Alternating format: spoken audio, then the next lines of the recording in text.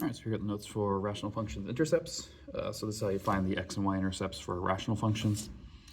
So to find our x-intercepts, we're going to factor numerator and denominator completely, reduce their expression, so cancel out any common factors in both the numerator and denominator, set what's left of the numerator equal to 0 and solve, and our answer is a coordinate x comma 0, so always number comma something 0. For y-intercepts, a little bit easier to do. All zeros are 0 for all x's. Evaluate. Right, so remember, the reason that this works is that if you think about what the y-intercept is, the y-intercept occurs on the y-axis, which means x has to be 0. And for the x-intercepts, has to be 0. The y value is always 0. We're on the x-axis. Okay, so find x-intercepts algebraically. So find all x-intercepts of the following functions, coordinate points. So first step is to factor. So usually when we factor, we want to look for any greatest common factors first. So in the denominator, we have a 3 that can come out of everything, which gives us this. And now we have the quadratic on the bottom that we would need to factor.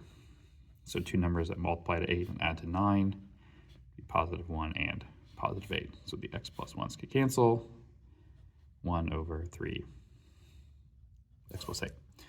So remember, if you cancel anything entirely out of the numerator and denominator and there's nothing left, you still have to hold the place with the 1. So that's the factor and reduce step. Set the numerator equal to 0 and solve. So set the numerator equal to 0. So the numerator is 1. So 1 equals 0. This has no solution, so the graph has no x-intercepts. It will never cross the x-axis.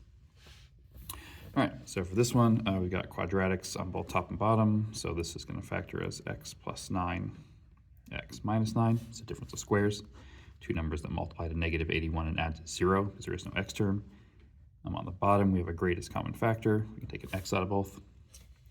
In this case, nothing cancels. So we take our numerator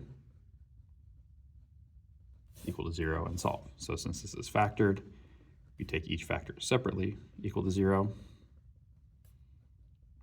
So this graph will have two intercepts, one at negative 9, comma 0, and one at positive 9, comma 0. All right, so number 3. Let's see here, factor completely. So up top, we've got a quadratic that has to factor. On bottom, we got a greatest common factor. We'll do that one first, a little bit easier.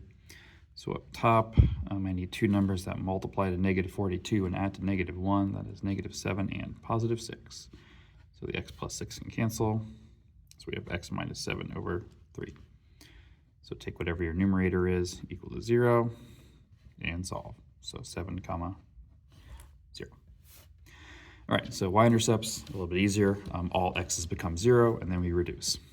So this becomes 0 plus 4. For 3 times 0 squared minus 9 times 0 minus 12. So that's 4 over negative 12, negative 1/3. Y-intercepts are always 0 comma number, so negative 1/3. Now just as a kind of a shortcut, if all of the x's are zeros, what that means is that any term that has an x in it disappears. So like this, instead of writing out all of that work I did here where I put 0 in for all the x's, all that's going to happen is that I'm going to be left with just the numbers. So 9 over negative 6 should be negative 3/2. So 0 comma negative 3/2. So on 6, if all our x's become 0, the x's all disappear. So I'm left with just a 3 on the top, 21 on the bottom. So that's 1/7. So 0 comma 1/7. And that brings us to the end of the section.